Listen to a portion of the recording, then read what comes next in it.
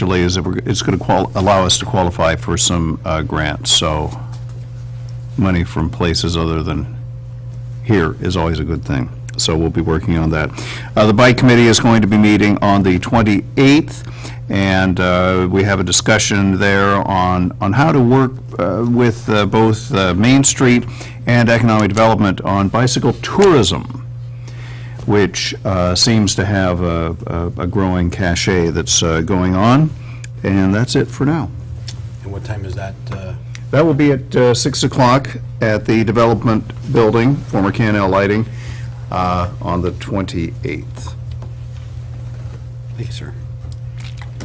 Councilor Ryder. Mr. Mayor, I also attended the Mayor's Prayer Breakfast, and as a retired minister, I want to say that I was very impressed with the turnout and the involvement of the citizenry on behalf of the city and its leadership, and their prayers and concern for their city, and looking forward to next year's also. And you did very good in your presentation. Thank you. Unfortunately, yesterday I was unable to attend the library board meeting because of a conflict with the city budget. They occurred at the same time, so I'll have to wait till next month to give my report on that. That's it. Thank you, sir. All right, we'll move into the consent agenda. Mr. Mayor, I move to adopt the minutes of the May 1st, 2013 City Council regular meeting, the appointment of Robert Backstrom and Leonard Walker to the Traffic Safety Commission for terms to expire on June 30th, 2016, the appointment of Daniel Leischner and Jack Pendleton to the Traffic Safety Commission for terms to expire on June 30th, 2015, and the reappointment of Andrei Chernyshov to the Parks and Recreation Advisory Board for a term to expire on June 30th, 2016, and a change of ownership liquor license for Backstop Bar and Grill. Great. So the motion's been made. Do we have a second? Second by Councilor Hensley to adopt the minutes of the May 1st, 2013 City Council regular meeting, appointment of Robert Backstrom and Leonard Walker to the Traffic Safety Commission for terms to expire on June 30th, 2016, appointment of Daniel Leischner and Jack Pendleton to the Traffic Safety Commission for terms to expire on June 30th of 2015, reappointment of Andrei Chernyshov, thank you, sir, to the Parks and Recreation Advisory Board for a term to expire on June 30th, 2016, and a change of ownership liquor license for Backstop Bar and Grill.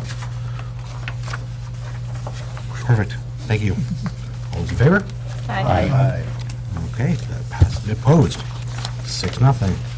I want to thank our various committee members and commissioners for joining up and signing up for that. Thank you for doing that. It's a lot of work, and we'll make it interesting for you, so thank you. And then my understanding on the Backstop Bar and Grill, it's going to hopefully come online middle of June. So very good. They're taking over an older Canby Pub and Grill location, and Bev, correct me if I'm wrong, they took keys this week, today. So yeah, stay tuned for that. Should be pretty exciting. Okay. We are going to move into the 2 public hearings tonight, transient room tax and an update to the master fee schedule. So we're going to tackle the transient room tax first. Kim, I'm assuming public hearing format, correct? Yeah, you'll open the public, do the staff report, and then open the public hearing for Perfect. testimony. Do I need to read my statement? You could just open the public hearing since there's no. Great. I will open the public hearing for the transient room tax, and we will hear from staff. Okay, thank you, Mayor. As you know, I brought this to a workshop of the council, I think, prior to the last council meeting.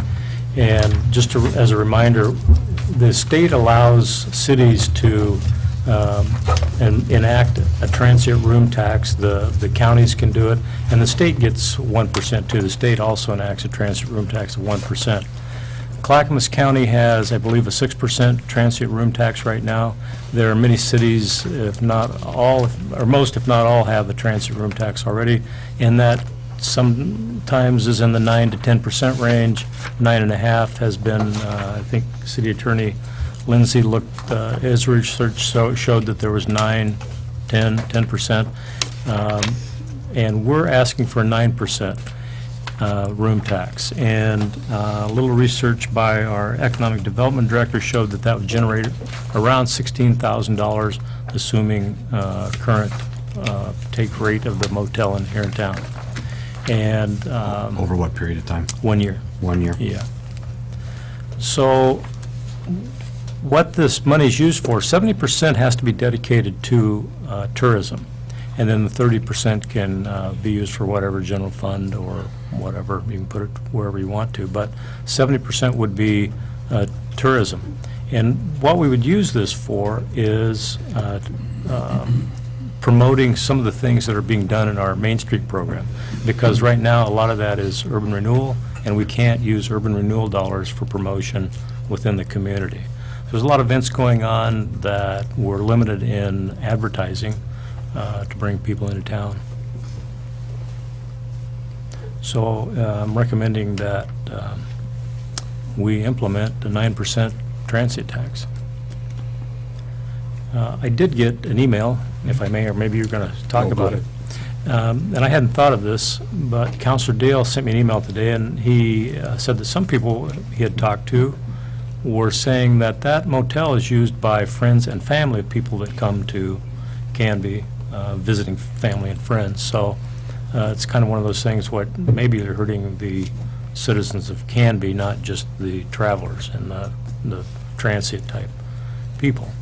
But that also, they are tourists, they're coming to our town, so some of those amenities that we might do with that money would also benefit them and the citizens of this community.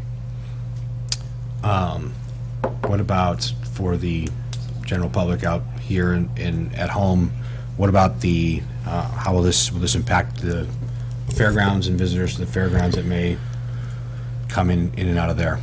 There's a possibility. There's a lot of RV, and this also applies to recreational vehicles, recreational vehicle parks, or if you're getting a fee on recreational vehicle. Well, the fairgrounds gets a fee for the RVs that they host there during the fairgrounds, and other times you see a lot of RVs in that area, and they charge them a certain amount of money. So it's not much, but still that could be part of what we might start collecting funds on also. The taxes that the city receives from that does not go into urban renewal at all. It's into the general fund to help maintain roads and infrastructure and things like that. The 30% or? The 30%, Yeah. yeah, it could be just general fund. I think that could be probably self-directed by the council, but 30%, 70% has to be tourism. Because they are And then- using our roads and water and sewer and everything else while they're here, and Yeah. Yeah. Yeah, the 30% can be discretionary, obviously. And so, just for the viewing audience, define what would be tourism pieces that we would spend that 70% on. Well, right now, we're looking at the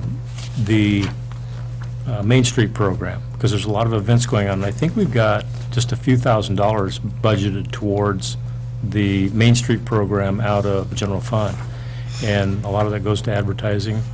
And so I think we could use a lot more dollars in terms of advertising. There's other things you could use that for, as long as they're tourism related, and a lot of things. I mean, you can do signage, you can do, I mean, you could make a stretch that the banners along the streets are tourism related to bring people to town and look at. Might be a stretch, but I mean, there's a lot of, you're trying to make your downtown look better to bring people in. The flower baskets, which the school district does, beautiful baskets, those could maybe be purchased with this type of money. And I'm sure that Jamie has some ideas and about what that money can be used for.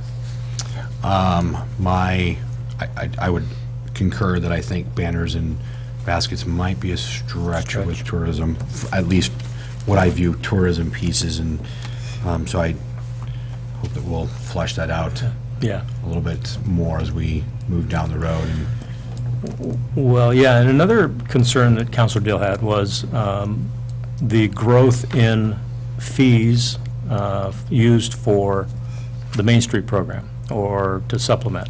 But one of these days, urban renewal is going away, and I think that was your concern, and that we keep raising fees and/or taxes to maintain that program.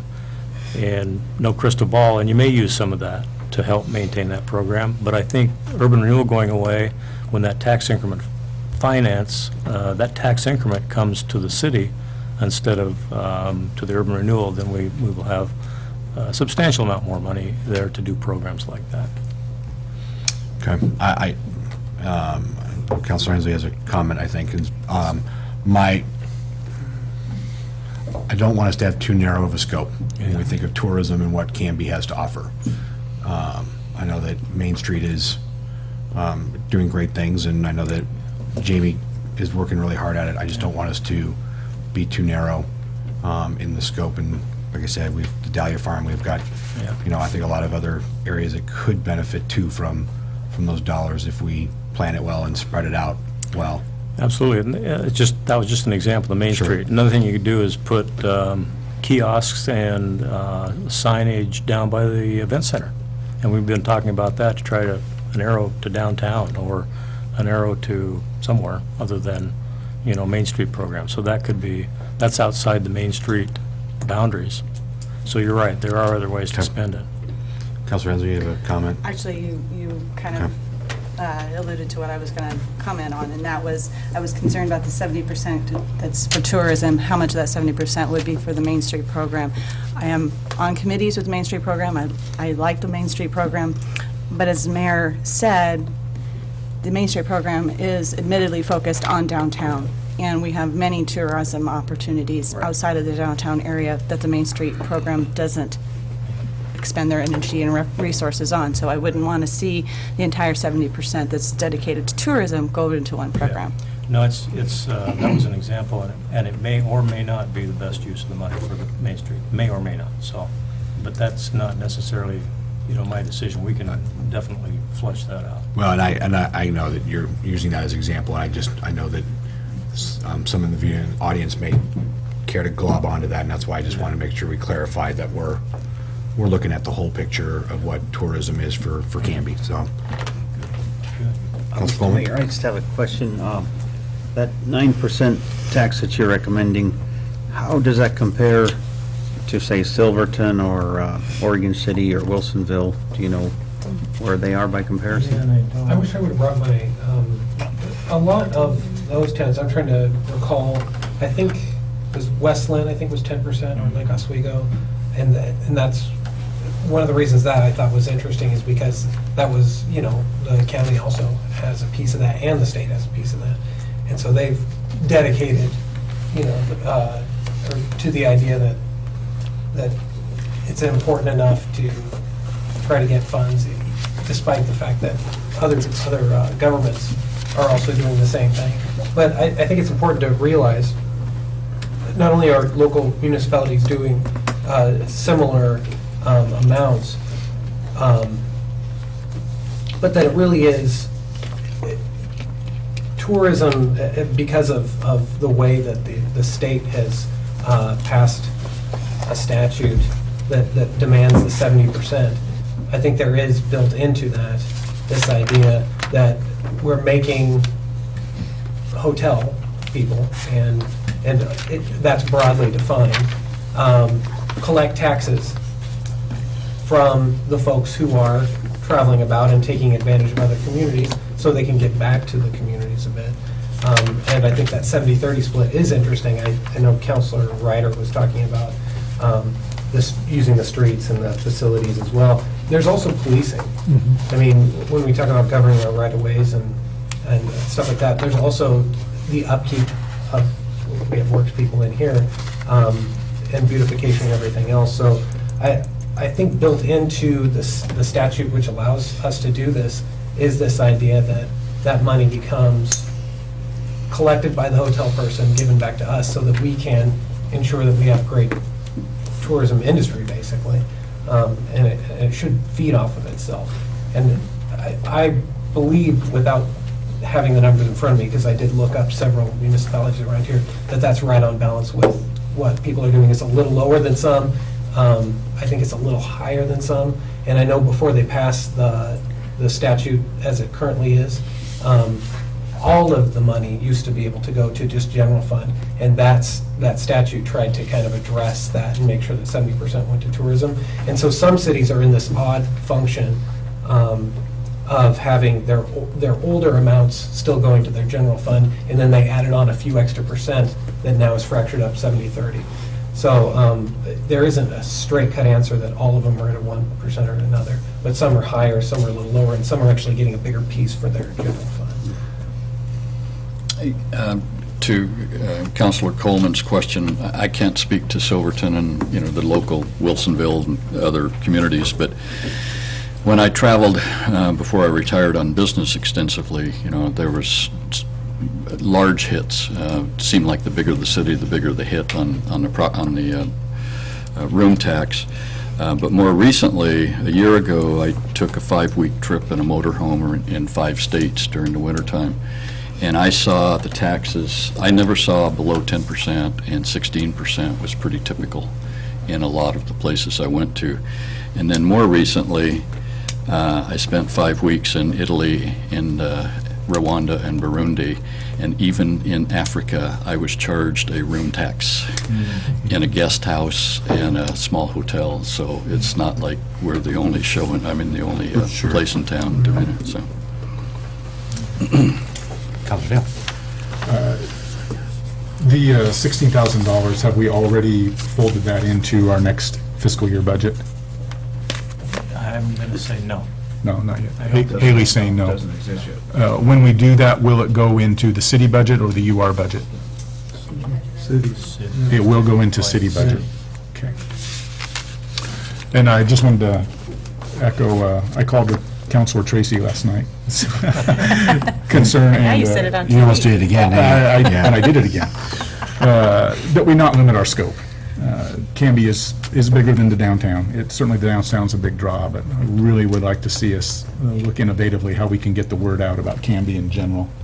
And thank you to our city attorney for pointing out that the general fund portion of this does help police and motels. I don't have the stats on me, but they do require a higher than average calls for service for the police.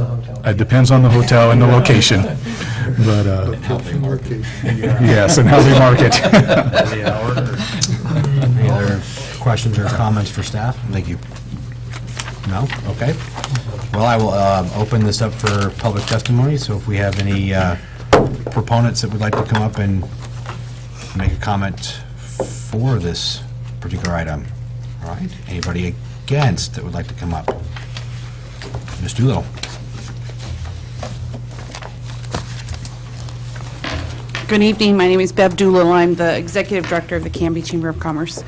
And I wouldn't be doing my job if I didn't speak up for the motel here in town and the extra tax that's going to be put upon them. This $16,000 is a lot to come out of one person's working budget. And so I just want to ask, were they notified? Do they know that this is going to be taking place? Yeah, I actually wrote them a letter and tried to call. I got no response. I sent them a letter last week. I sent them the proposed ordinance so they could read it, but I guess it's not coming out of their budget. It's coming out of the customer's budget. Sure. Plus, they get a 5% of whatever they collect as an administrative fee. So they're getting paid to collect that. So they're getting 5% more than they normally would have. Sure. 5%. 5% of the 16,000. Yeah, 5% of the 16,000. Okay. In fact, Sure. Right. it has to be itemized on the way the ordinance is written. It has to be itemized as separate from what they charge is the taxes. Right. And so it's actually, everybody knows that's not the hotel charging, it's It's the city. Yeah. Sure, sure. But I'm just doing my job, Yep. speaking up for them as being a chamber member in a community and another tax being added onto them. So I'm just expressing that to you, that this is a hardship on a business, on any business. And, that's just going to be up to something that they're going to have to take on. So I'd like you to consider that when you take your vote. And on the traveler Correct. as well. Correct, yeah. So, being the fact that, we just have one motel here in town, and people don't have a lot of choices in picking where they're going to stay or what they're going to do in our community. That's Yeah. what it is. So, Great. and we're probably less than Oregon City or Wilsonville or anything else, but it is just another tax being put onto our local businesses. Yes, it is. Okay, that's all. All right, thanks, Bev. Keith Galens, 1294 North Fur. I'd like to say I'm for the tax, and I hope that you consider things such as Slice of Summer and the Canby Concert Series. Both of those organizations draw a lot of people from outside of town, and both struggle financing their organizations. So, Those are great examples. Thank you, Keith.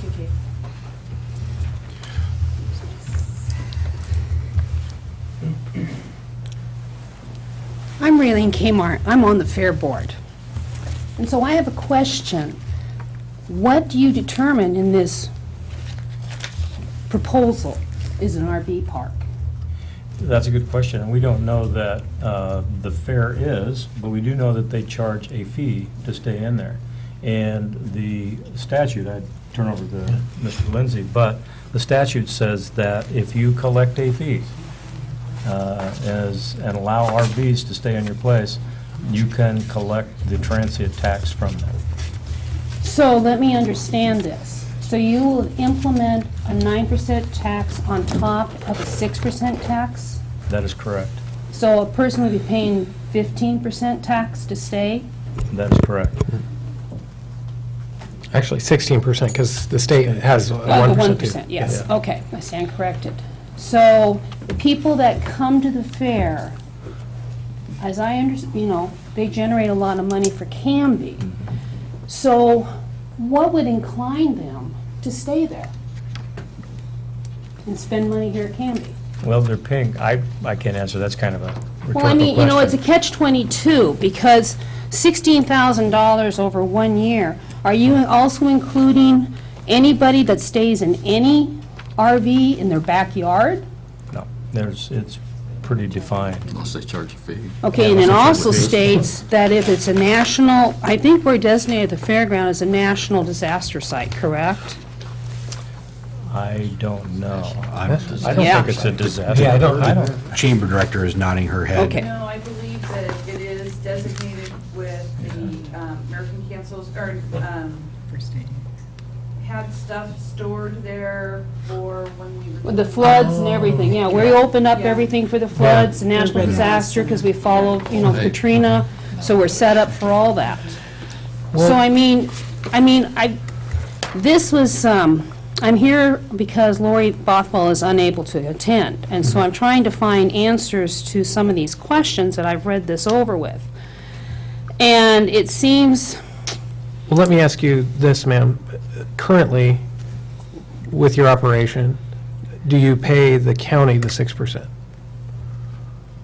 I can't answer that. Okay. I don't have any books here, I just got called to come here This- because we were going to be discussing This this. ordinance closely mimics the county, and so anybody who's currently operating, even our hotel who's here in town, currently does the same exact thing with the same exact exemptions at a 6% rate and does it to the county. So it shouldn't be a new practice for anybody who does this right now. So anybody who does it will know, oh, okay, well, I do the same thing, and I just add the other itemized line on the receipt, and I collect it. Now, I'm not sure how much RVs are, but 9% on top of maybe a $40 fee, I hope that isn't such an impediment, because I figured people came to Canby, to the fairgrounds for the rodeo, and for the rides, and for the treats, and all of that, and the live music. And I don't know if an extra, if $40 is the bill, an extra 50 cents is going to be such an impediment that they don't show It up. could be to some families. Okay. Well, and I It don't could mean to minimize, but I'm saying, maybe I'm giving a rhetorical answer to a rhetorical question, but the hope is that this strikes a balance between, when you come to Canby, we want to have a safe place, we want to have advertisement that allows people to come to Canby, and we want to strike a balance somehow, and all the other municipalities are doing the same thing. And I hope that answers it. There is exemptions. If you're trying to parse through this, if people stay over 30 days, then they're no longer just a transient, they're here. If they're a federal employee doing federal business, they don't have to pay. And I don't know if the disaster area idea falls under that. But I guess my first answer would be, if they're paying the county one, then they're probably going to do the same exact style and manner, only 9% for the city. Interesting. Thank you. Councilor Dell's question. Joe, Yeah. do we know if the event center is under the jurisdiction of the city? Well, This this would is the apply other to question, them. is whether or not, the event center itself appears to be a county property. And so it itself, but whether or not this RV park is situated outside of the event center and therefore in city property, remains to be seen. It's not, it's within the fairgrounds. Oh, it's within the fairgrounds? But it's in, but it's in the city limits. Okay, Okay. so, Yeah. the RV park is within the property owned by the county, but that property is within the city limits of Canby. And do we, Okay. I know we've run in the past some interesting situations. Do we know if the county has exempted themselves from this tax being able to be applied to the event center? Well, and see, I'm unaware in many ways about, what the situation is with that RV park and who it serves and how that's worked out. And I think we're reasonable people, for one, and I think it would be a great line of inquiry with the county, is to figure out exactly who they are considering when they come in there and whether they're exempted, and have to kind of play it, not by ear, but have some intel and figure it out.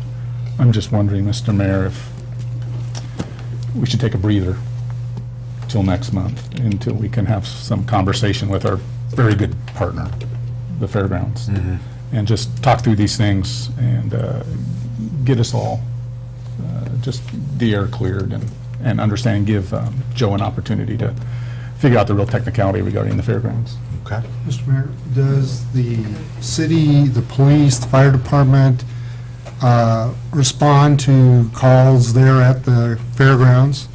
They do. Or do this just the county sheriffs? We do. Yeah. We do.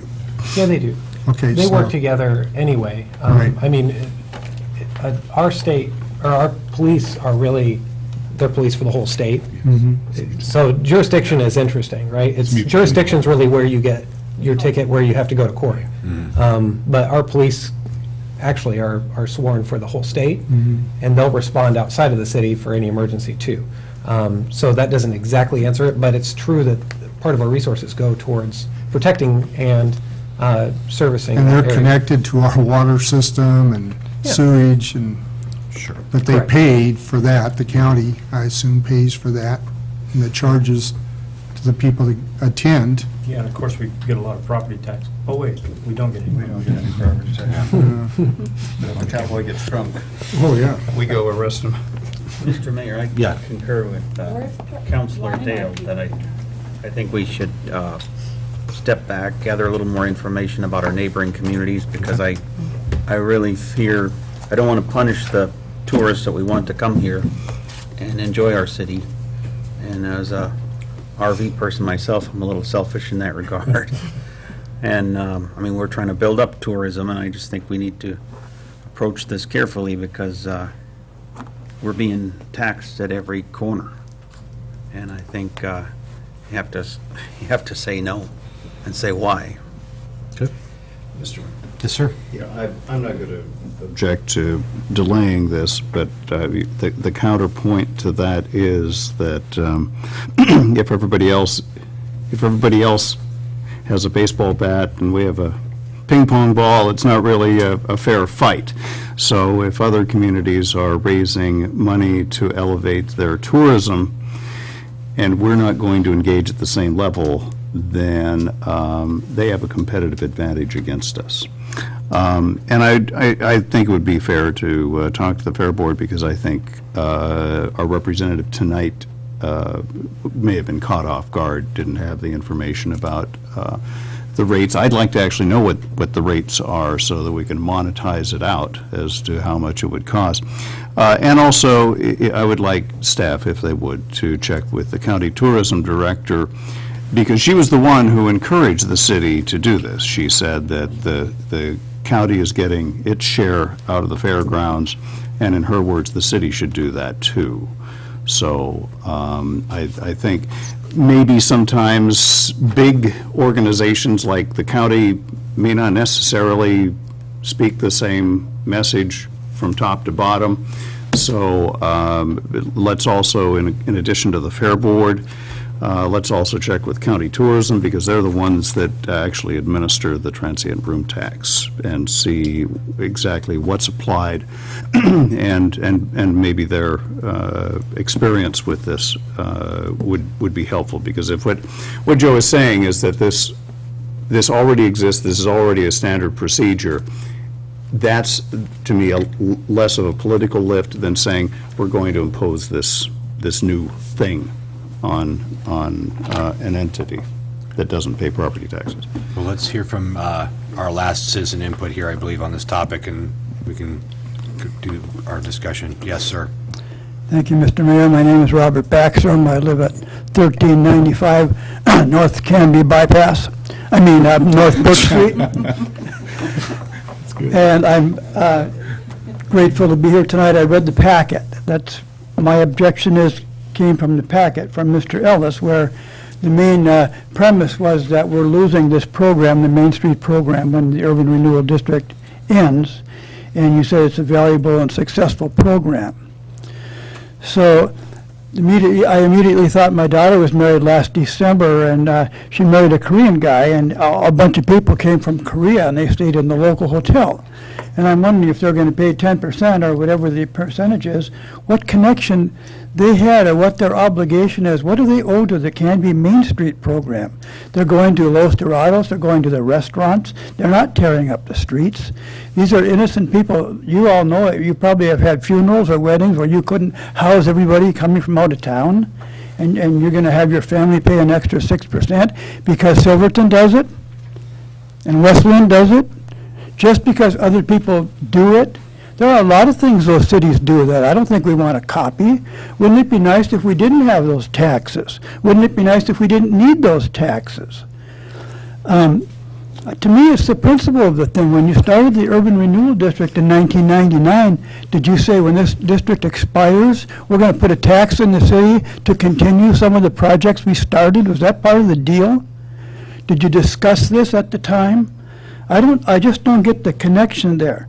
And if the Main Street program is so successful, why can't it pay these fees itself? Why can't it support itself? Why isn't it self-sustaining? Why do you have to go outside to another tax to support a program? If it's so successful, it shouldn't need that extra support.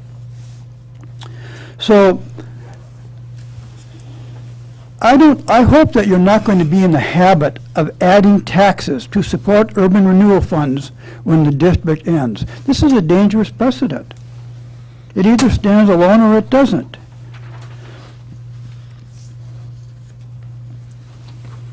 So, I'm not mad at anybody. I don't think you have to do it.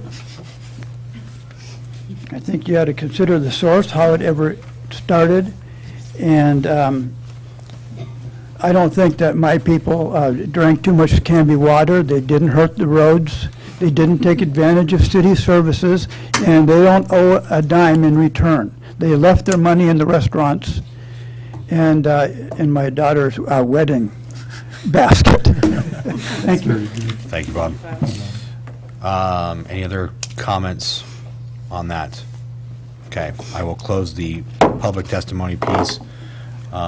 Discussion, I think, has been pretty well exhausted on our end, and I think the the piece that I think I'm hearing, Greg, is that maybe we need to, let's consult with county tourism a little bit further on the impacts on the fairgrounds, and what is that impact, and if we can just maybe vet that a little bit more.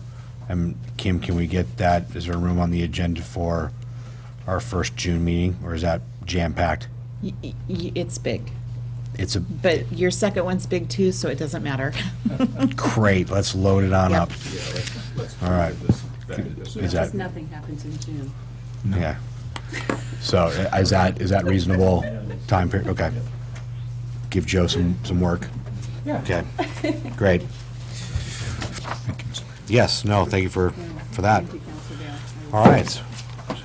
We have a second public hearing, and that's to update to the master fee schedule, including update fees for sanitary and storm sewer service. So we will, again, start with a staff report. I believe Haley's going to present that. I just want to say the transient tax is in this resolution, so we will take it out. Take it out. Perfect.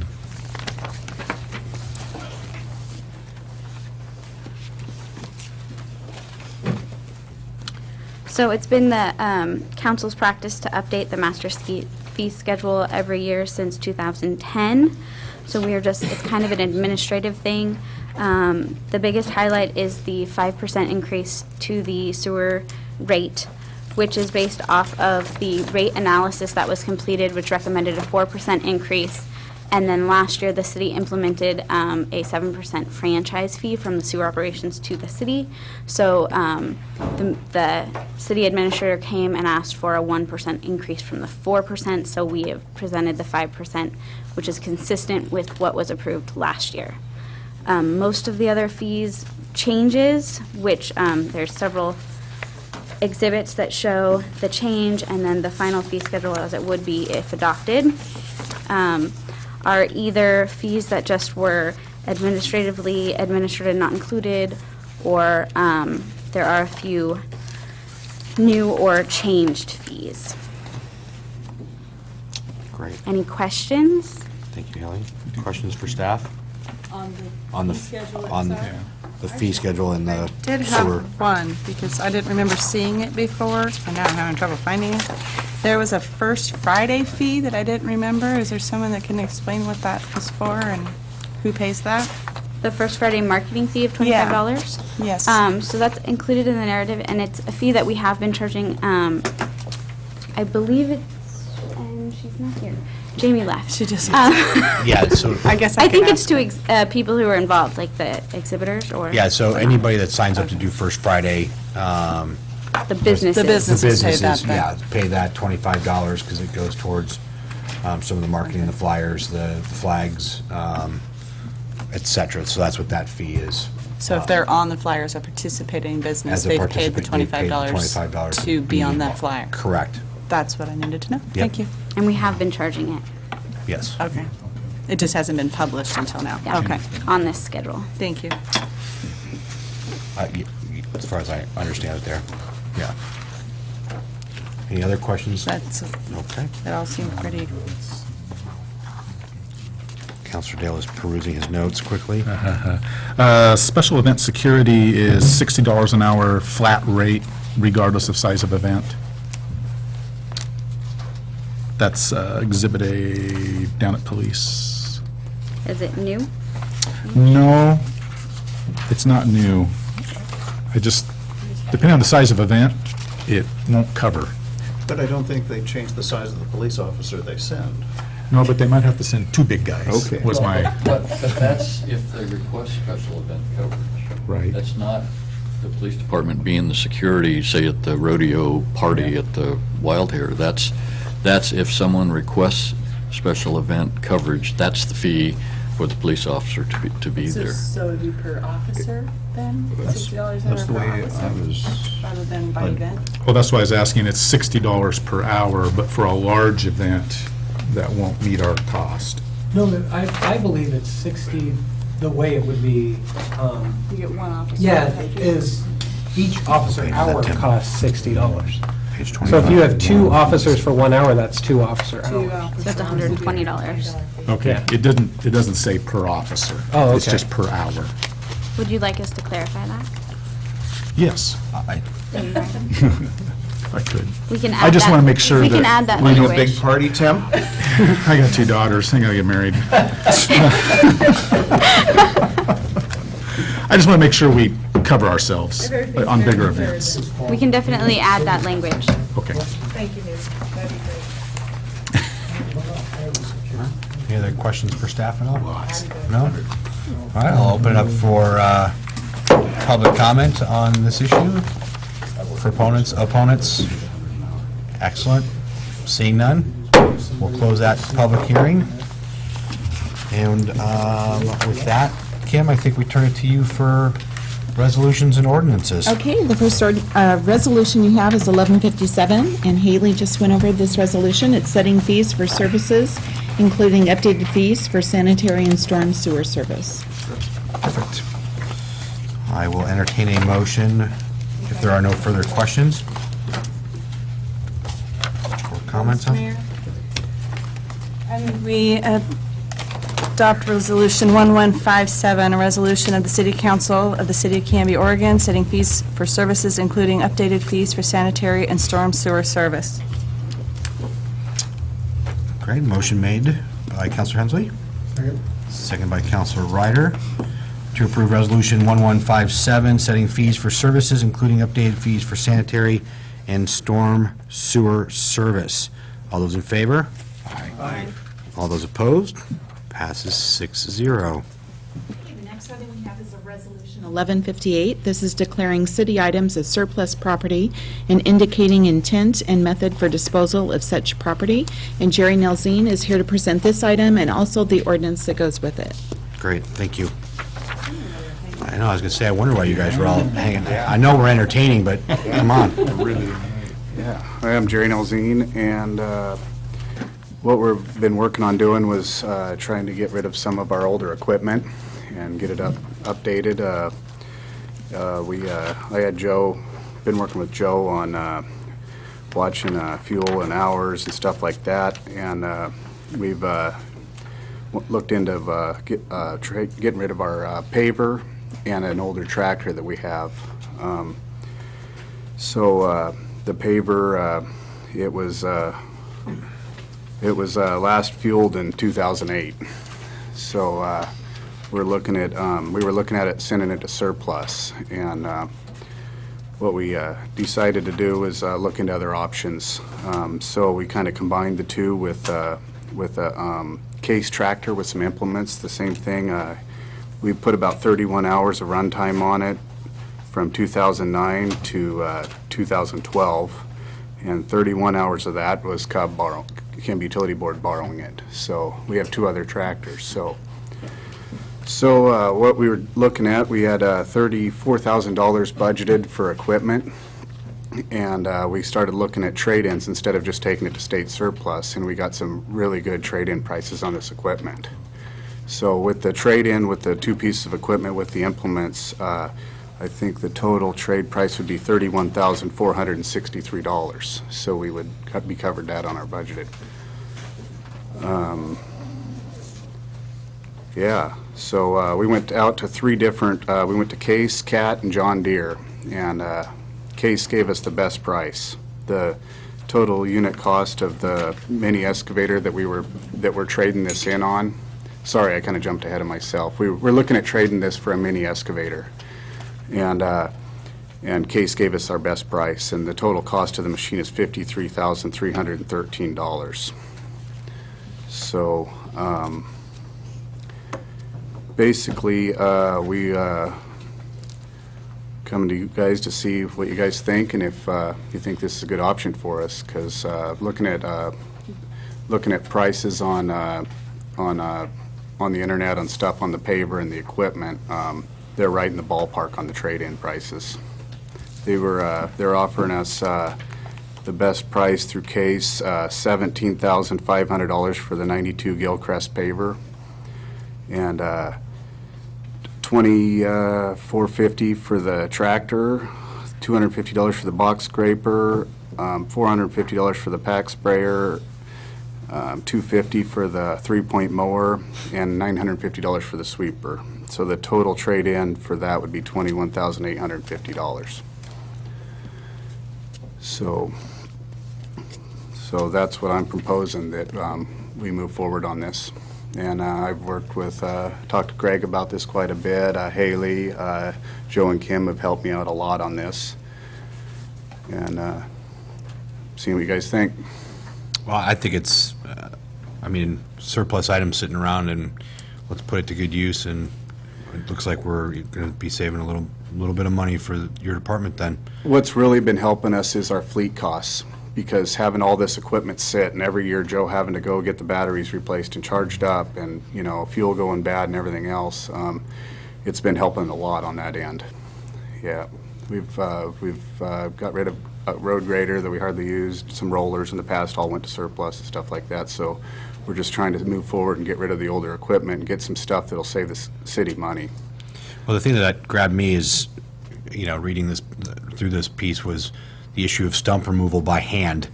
I don't like doing that, and so I can only imagine, and it takes me a long time. I take no joy in that. Whose idea was this to pull this together and try to get this done? Well, Jerry's?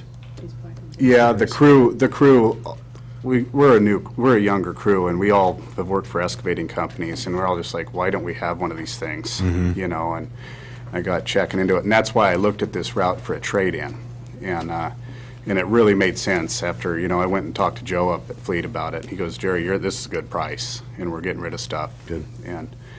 And the savings at this machine, Case is probably going to get upset at us. I think we've had their machine for like 3 months, just demoing it. So we've got a lot of good work out of this thing. And so it's been a really good deal for us. Yeah, he called me this morning, and I said, "Do you want your machine back?" And he's like, "No." But yeah, I would have. Yeah, so Okay. yeah, I got pictures and stuff of the equipment that we're trading in if you guys want to see it or if you want to go over it. But I like those toys, but I'll take your word for that you're doing your due diligence, so I thank you. Councilor Harris? Mr. Mayor, just one bit of advice, Jerry, when Yes. you come before a body like this. Yep. 30-some years ago, I was chair of the Planning Commission for Clackamas County, and I went to a county commission hearing or a meeting one day, and I made the mistake of saying to them, what do you want us to do in regard to a certain thing? And this old 30-year-old or 30-year, tenured county commissioner says, don't ever ask Three Pumpkins what they want. Tell us what you want. Yeah. And your recommendation is we trade this stuff in so you can buy something. Tell us that. Don't we're ask still us. young and we like shovels, so we're easy. This just makes it faster. So yeah, thank you for the advice. Well, thank you for digging in and seeing this opportunity, so. Yeah, and I started this process in February. Thank you. Any questions for Mr. Nelzine at all? No, just thank him for doing Okay. his due diligence and doing a great job at it. Thank you. And I appreciate, too, the record keeping you're keeping now. I mean, you got a tractor that's got 31 hours in 4 years or something. That's ridiculous to have something around and not used. Yeah, it is. It doesn't make sense, so we're getting that stuff straightened away. So it makes a lot of sense, so, especially when you can apply it towards something you need. Yeah. All right, I'll take a motion to help Jerry get his new toys. All right, Mr. Mayor, I move that we pass Resolution 1158, a resolution declaring city items as surplus property and indicating intent and method for disposal of such property. Second. Motion made by Councilor Dale, seconded by Councilor Ayers, to approve Resolution 1158, declaring city items as surplus property and indicating intent and method for disposal of such property. All those in favor? Aye. All those opposed? Passes 6-0. Okay, the next item we have is ordinance 1374, so it will be brought back for a new public hearing and first reading on June 5th. We have ordinance 1375. This is an ordinance authorizing a contract with S2 Contractors, Inc. in the amount of $671,821 for construction of the 2013 street maintenance program. And Jerry can also update you on this. Great. Jerry, why don't you come back and talk to us about streets and paving? Sure. You're here. Let's get, Make it worth your while. yeah. Just don't ask our Yeah. Tell us what to do. It's like 2.8 miles. Okay. That's- Yeah. Yeah, a lot of, some good streets, stuff like that. Little off base on the PCI because of water line stuff with Canby Utility, working with them like we always do on stuff, on replacements they're going to be doing. Some pervious pavement and flooding areas. Quite a bit of patchwork, deep basing. The one that I'm excited to get done is over there, Whitman's Towing on Elm. We're going to redo that whole intersection. Great. Yeah, we're going to, and we took some money out of my line items to pay, to get catch basins installed and stuff like that. They're all bottom drops, so that'll be taken care of. Yeah, and that's about it. It's going to be it's a different contractor from the last couple of years, so excited to work with them. Yeah. It's interesting, again, now Rich and I have been doing this lovely song and dance now for 5 years, and it's the usual suspects that are on the list, and it seems that we've had a different one almost every time. I mean, the Howe Construction Company has done it a number of times, and, you know, if I had my druthers, I've heard nothing but great things, and they've always done a great job for us, but we take low bid on these kinds of things, and that is the S2 Contractors Incorporated, so. Yeah.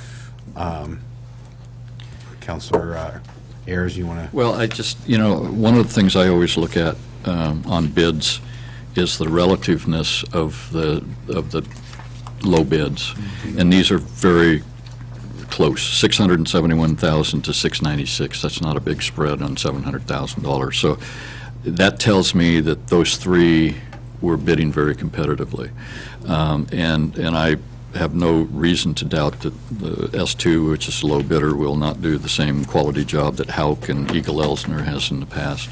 But I also this is being funded out of our street maintenance fund that the community pays annually. Yeah, okay, so this is the program that was enacted going back almost 10 years now, 8 years anyway. 8 years, yeah. And it's making a noticeable difference in our streets in town. I commented after that 5-week trip around the West Coast that I took last year. Canby's streets, generally speaking, are in better shape than most communities on the West Coast, off of the main drags. And I think that's, I know it's a tax, and I know it's, hard for some people to pay, but it is paying off on the quality of our streets, so neighborhood streets in particular. Agreed. Yes, sir. Is this going to include the intersection at Ivy and 99? No. Nope. That's a different project. What project? This is a number of years ago, before they enacted the street maintenance fee, the city conducted a study of every city street, and they ranked the pavement from pristine to total failure and everything in between. And so we've been, since the fund has been there, we take that list, and if it's usually in this 700,000 range, and the engineers look at those streets that need it the most, and we put together what we think is a $700,000 package, basically, put it out to bid. 2 of the years, I think the last 2 years, the bids came in lower than the funds we had available, so we did more. We used that fund, we used the full amount of money, but we did more than we anticipated. We were lucky. I don't know how that worked out this year, if we came in real close, close, yeah. and I was nervous because we were 20,000 over, Yeah, and well- it's because of the storm system stuff, Yeah. and we're paying that out of that. But the last 2 years, I think we were taking advantage of people needing a lot of work, and so we got more for our money. Yes. But I noticed there's a chuck hole there on the right, if you want to make a right-hand turn onto 99, and it's just getting bigger and bigger, and how can we get that taken care of? It's actually a culvert. its ODOT storm system, and It's a failing code. yeah. So I'm hoping when they do this, I actually was talking with Jason Nelson with ODOT for about an hour this morning on this project that's going to go somewhere from Dairy Queen to Pine Street. And we're going to actually work with them on raising the manholes, catch basin, stuff like that while this process is going on. So how long are we looking at before they would get to that? What did I tell you, Greg, today, when it was June 8th? Yeah, it's a 3 or 4 day Oh, project. okay, good. It's gonna be a 4-day project. They're hoping to have it done in 4 days, a Friday. 5th, 6th, 7th, and 8th. That's 8th correct. is a Saturday. So June, coming up. Good. Yeah, they're Yeah. I doing just went right. And heavy, actually- heavy paving. What I found out June. today that Clackamas CC County's Video2. actually gonna be they're hiring Clackamas County to be doing the paving. And their prices are just reasonable. And ODOT's gonna be doing the traffic control and all that stuff, and they're just gonna head down. And when they hit Pine, if there's money left, I think it's $500,000 they have, they're gonna start coming back. I don't know if that. On the that's- second lanes? Yeah, Oh. they're gonna just keep on it when they, Yeah. so I was excited to hear that. They might get a lot more done, too. Great news. Yeah, when Greg and I met with ODOT people, that project it's a 2-inch grind down with a 2-inch replacement, so they'll scrape it, and then they'll replace it. I think they're doing the southbound lane first. I thought it was the northbound. Yeah. Is it? I thought it was northbound. It was the Northbound worst lane. one. Around 99, okay. Northbound, Lane, yeah. yeah. All right. So yeah, that's gonna be addressed here the first part of June. Good. Yeah, and hopefully we can get in there where they have this closure and get in there and repair that, because, I mean, everyone complains about that. Yeah. And for bicyclists and stuff like that, it's terrible. Yeah, I just bought a new Honda 80cc and I don't want to ruin it then. Yeah. So, yeah, we'll use our new track hoe and put a catch basin in. There you go. Any other comments or questions on our paving project? Can we do that on demo day and we'll go do it? Hey, Amanda's gone, we can do whatever we want. Good answer. I'll take a motion to accept the, Mr. Mayor, I would move adoption of ordinance number 1375, an ordinance authorizing the mayor and city administrator to execute a contract with S2 Contractors, Inc. in the amount of $671,821.10 for construction of the 2013 street maintenance program and declaring an emergency. Second that motion. so motion made and seconded, motion made by Counselor Ayers, seconded by Counselor Coleman. Ordinance 1375, authorization of the contract with S-2 Contractors Incorporated in the amount of $671,821.10 for the construction of the 2013 street maintenance program and declaring an emergency. All those in favor? Aye. All those opposed? That passes 6-0. Okay, the next item we have is ordinance 1376. This is authorizing the purchase of a Case CX-50B mini excavator from Sansray Machinery LLC. And this is the item that Jerry just gave you a report on. Great. And I could just flesh this out, is that we needed a resolution to declare the surplusage, and how that was going to be addressed. And then this is an ordinance because the overall package, even though we're using the trade-in value, it's still over 50,000, so here we have an ordinance for this purchase. Got it. Surplusage. Mr. Mayor? Yes, sir, thank you. Approval of ordinance 1376, an ordinance authorizing the purchase of a Case CX-50B mini excavator from Sunsray Machinery LLC. A second. Thank you. Motion made by Counselor Ayers, second by Counselor Hensley, to approve ordinance 1376, authorizing purchase of a Case CX-50B mini excavator from Sansray Machinery LLC. All those in favor? Aye. All those opposed? Passes 6-0. Okay, the next item we have is ordinance 1378. This is granting to Clackamas County a non-exclusive franchise to construct, operate, and maintain a telecommunications network and provide telecommunications services within the city of Canby. Now we'll Great. turn this over to our city attorney. Hi. I know David Solos is here with the county as well. This it should look rather familiar in that, I think it was back in February, that Lightspeed applied for a franchise here, and the wording is remarkably similar. We're trying to, establish that level playing field that is necessary in